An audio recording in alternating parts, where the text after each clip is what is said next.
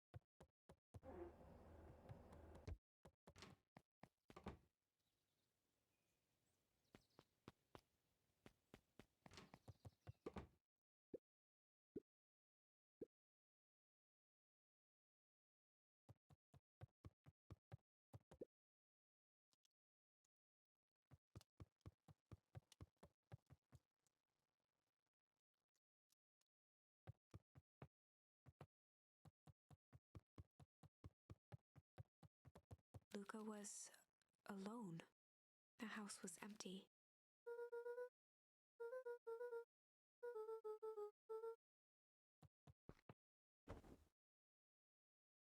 Luca was sitting by the pond, listening to small waves lap against a rock.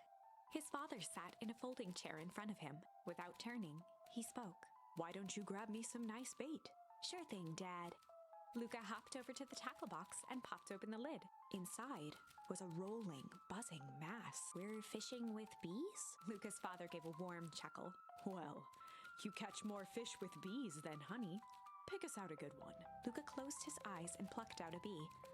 He could feel its wings struggle between his finger and thumb. Holding it at arm's length, he hurried over.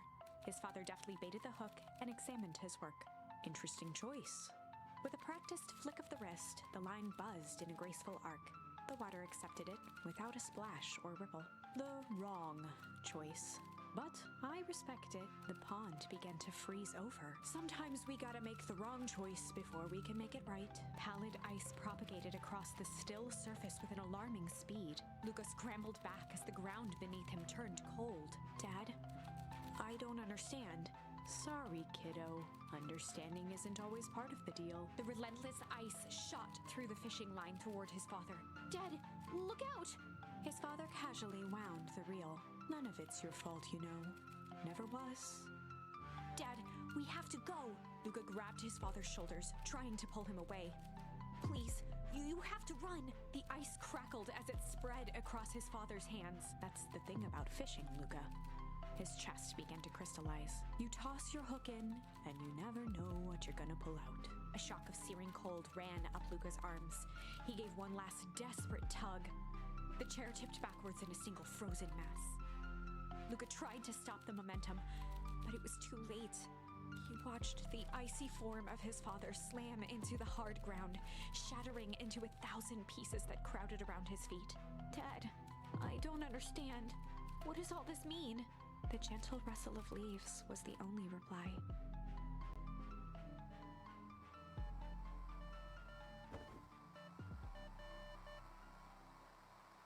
Luca's eyes struggled to focus on the walkie-talkie.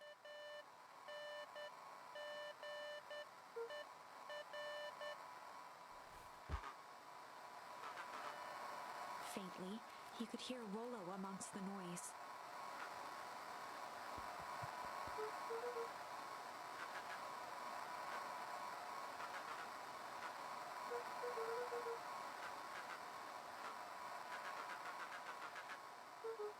Rollo's voice was coming through more clearly now, but some words were still just static.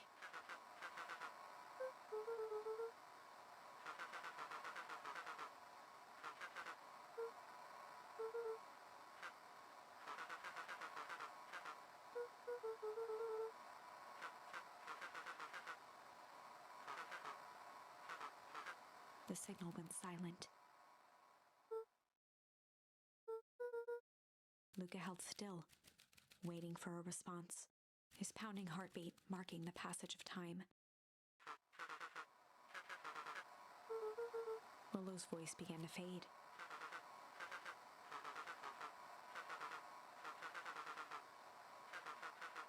With that, the signal died for good.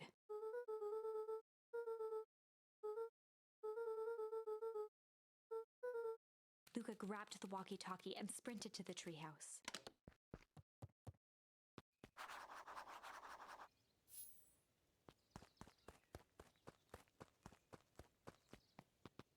Luca heard a group of footsteps approaching. He dashed behind the bushes to avoid being spotted.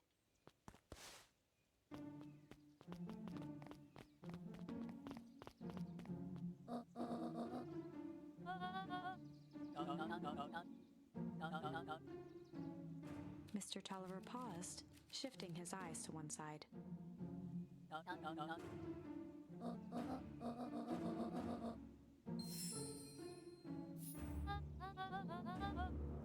Mr. Tolliver took one long, quiet breath.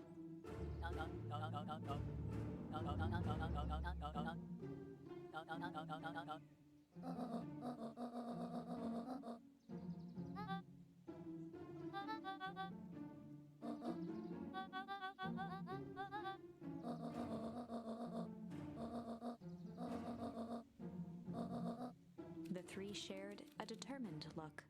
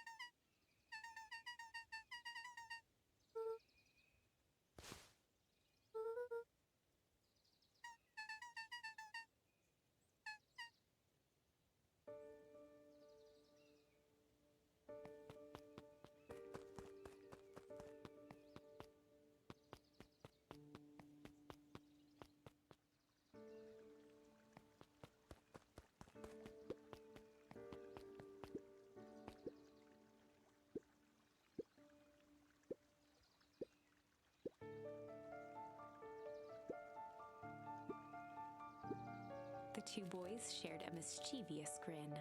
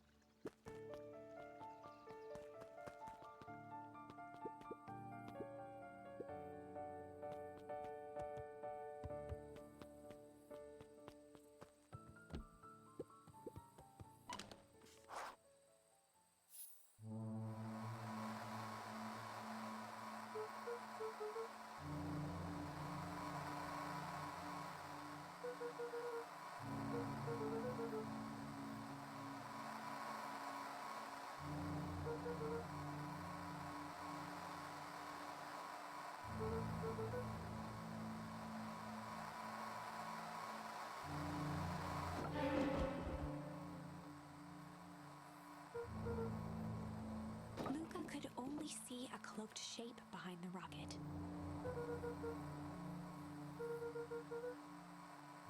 He strained to hear as a muffled voice began.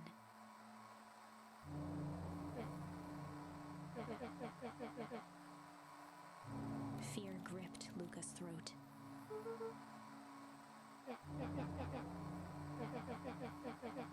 Luca stared at the ground for a moment, trying to place the dampened voice. The figure shifted slowly from behind the rocket, revealing itself to Luca.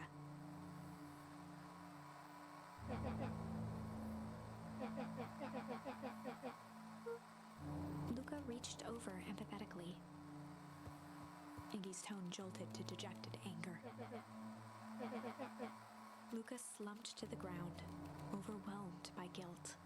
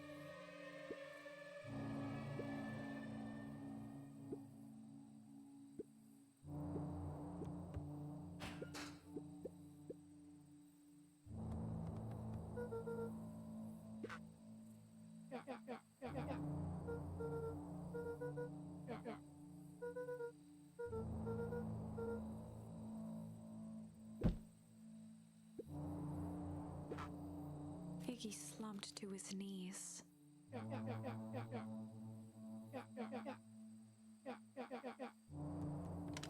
Luca grabbed the walkie-talkie and headed for the window. Luca and Iggy climbed up the back of the treehouse to its roof, where Rollo had constructed his MCDC, the Mission Control Defense Cannon. From behind the crowd of clipboards, William Kerr strode forward, a warm smile on his face.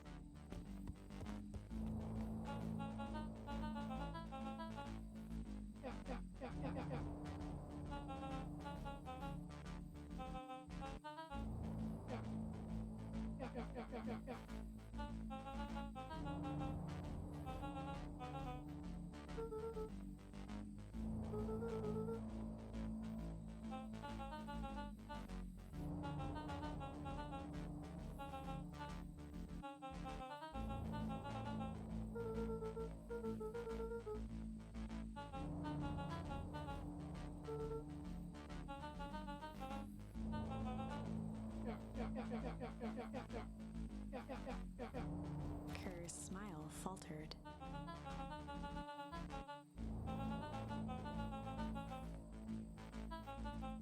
Luca's grip tightened on the MCDC.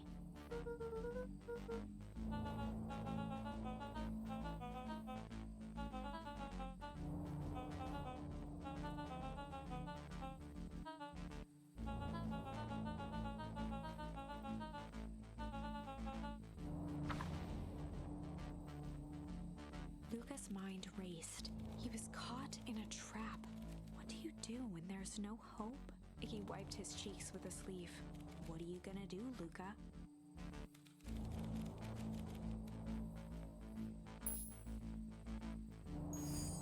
Luca drew himself up and decided to take the only option they had left.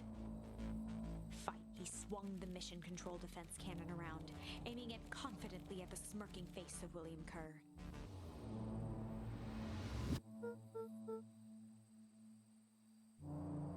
Luca summoned his most insolent demeanor.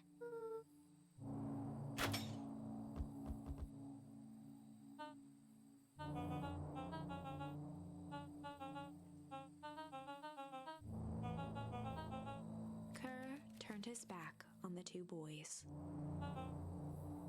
With a nonchalant wave of the hand, he made his exit. As the clipboards began to slowly advance on the treehouse, Luca looked to Iggy with resignation in his eyes. The end.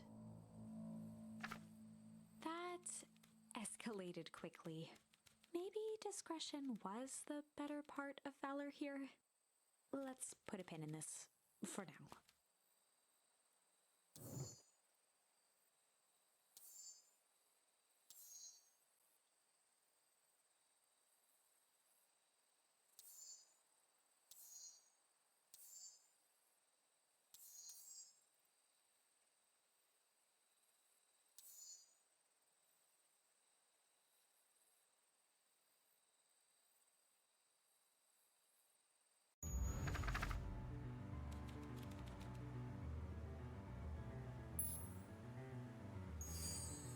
Well, time to bust out the tickles.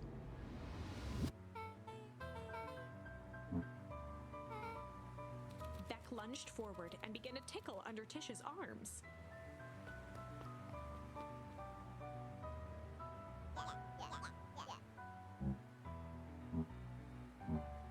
Tears began to form in Tish's eyes as she gasped for breath between gales of laughter.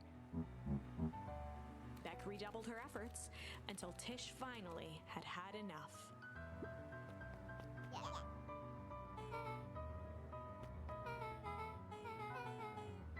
Iggy's eyes darted around, a realization dawning on his face that he was now outnumbered.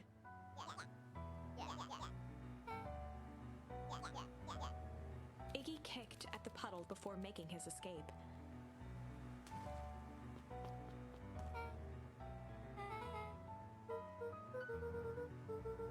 Beck shook the ooze out of her hair as best as she could.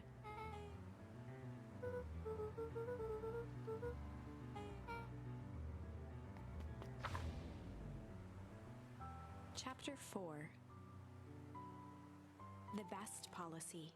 Luca paused for a moment, catching his breath. He'd only just met Beck, and somehow he already managed to drag her into this mess. Hopefully he could make it up to her.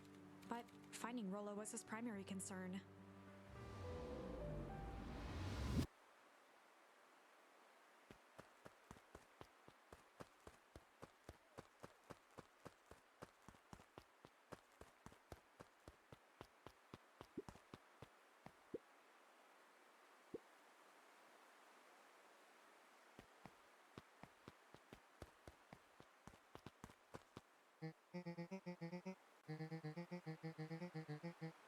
Roxy and Fitz looked drained. It was clear they'd spent all day searching.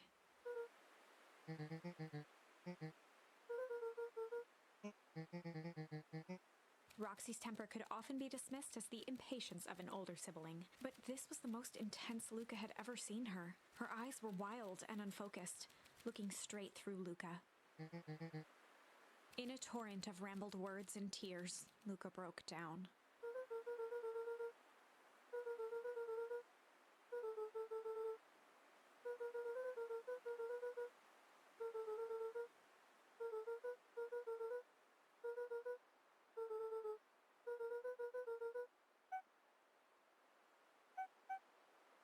Roxy, still exhausted and angry, softened briefly as her eyes hunted the ground in thought. With a determined sigh, she looked up at Luca. Roxy drew herself up.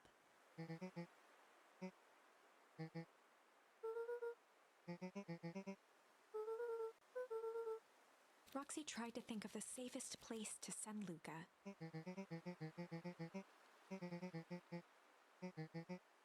Luca wiped his cheeks and gave a quick nod.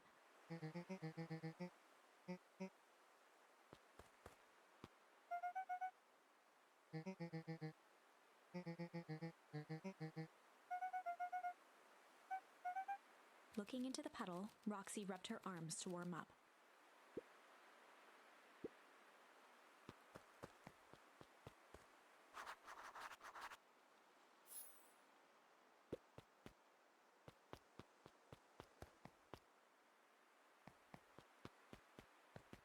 Mr. Nuncree jumped with a start.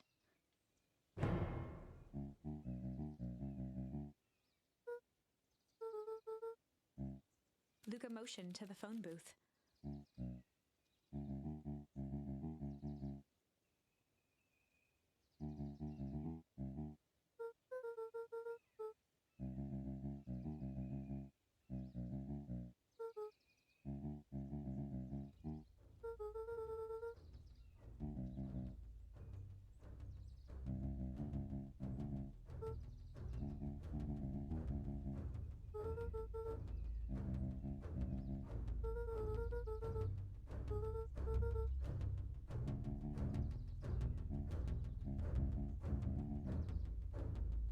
Nuncreed gently placed one of his substantial hands on Luca's shoulder.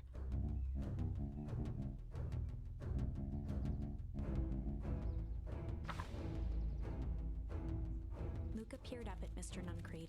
Kind eyes warmed a stern face. There was a deeper emotion hiding beneath it all. It was subtle, but Luca could sense something eating away at him.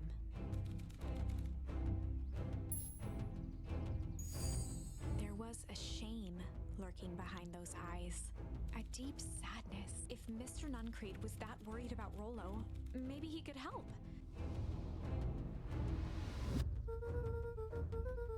Mr. Nuncreed raised an eyebrow.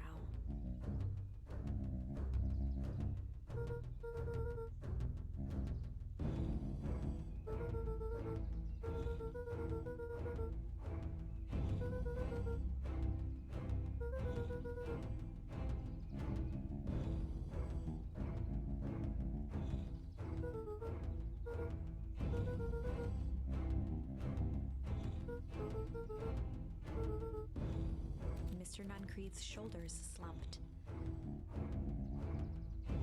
A deep sigh bellowed from his chest.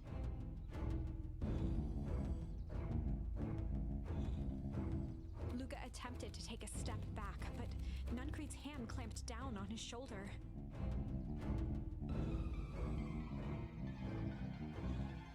With a firm shove, Nuncreed manhandled Luca into the phone booth.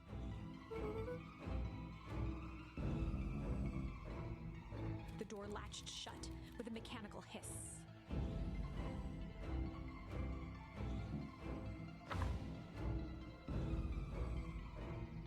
As Luca pounded the glass, the floor dropped from under his feet. The inside of the phone booth was now a loose capsule plummeting at gravity's whim. Luca winced and pressed his hands to the walls. As he braced for impact, the capsule hurried to a surprisingly smooth stop. He felt a cold rush of air and opened his eyes with hesitance. Two large figures in hazmat suits occluded his view. Luca heard the deep, resigned voice of Mr. Nuncreed over an intercom. He knows too much. The end. Wait. No. This isn't the end. I know there's still much more. Somehow this went wrong. Okay, let's try something else.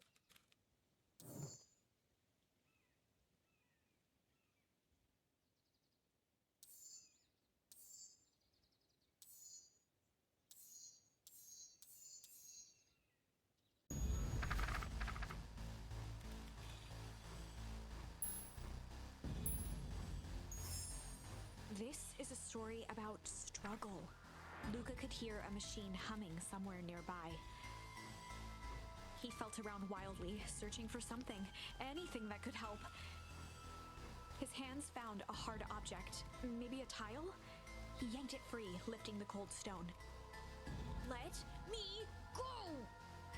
Luca swung the tile as hard as he could at the shape that still held fast to his leg. He heard the crack of glass as the stone hit the assailant's mask.